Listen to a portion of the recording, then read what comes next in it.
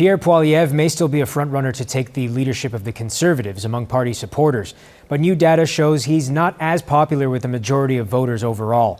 Ipsos polling done exclusively for Global News shows fewer than 1 in 4 Canadians view Poilievre favorably. That's outweighed by the 1 in 3 who have an unfavorable perception of him. Among Conservative voters specifically, 57% approve of Poilievre. That's up 8 points from a poll done in July, and 20% view him unfavorably.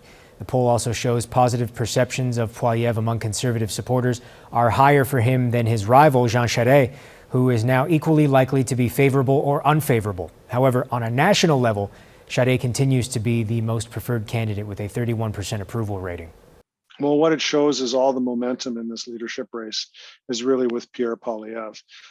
Leaving outside of what the general population thinks and just looking at people who say they would vote Conservative in the next election campaign, he's had considerable momentum over the space of the last couple of months. We've seen him, his favorable impressions are up to about 57%, which are really strong, which is about an 8-point gain. And when we ask people who they would vote for, when we ask people who say they would vote for the Conservative Party, almost half of them say that they would vote for Pierre Poilievre in this leadership campaign. So all the indications are looking like he's in pretty good shape for September the 10th. Well, when you take a look at Conservative voters, they seem to have really bought into the message of Pierre Poilievre. So he's well ahead in terms of his favorable impressions. He's impressing people through the course of this campaign. And when you talk to Conservative voters about who they want, it's clearly Pierre Poilievre.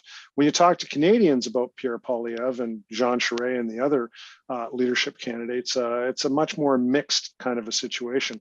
Now, the interesting thing for Pierre Poilievre with the Canadian population is that still an awful lot of them are saying, nearly half are saying that they really don't know enough about him to have an impression. So even though, the people who have formed an opinion of him so far are negative, there's still more people that he can introduce himself to between now and the next election campaign. So I would say that with Conservative voters, the story is pretty much over, but with the Canadian population, we're really in chapter 1 of the book. It's pretty clear where Pierre Poilievre has his big lead is in Western Canada.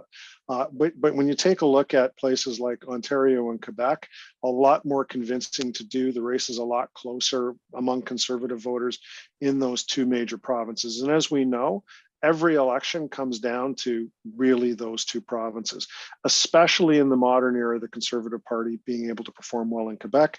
At this point of the game, Pierre Poilievre has not impressed. He's got a lot of work to do in this critical province. I think the one thing that's really also clear when you take a look at these numbers is this is really a two-candidate race.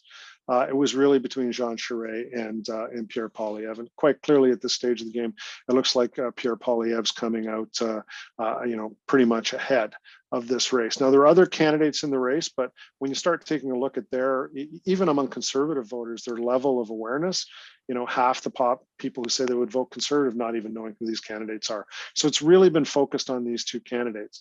And to the extent it was supposed to be a battle over the future of the Conservative Party, the old progressive Conservatives versus the new Conservatives, it looks like the new Conservatives have really taken the baton and are running with it.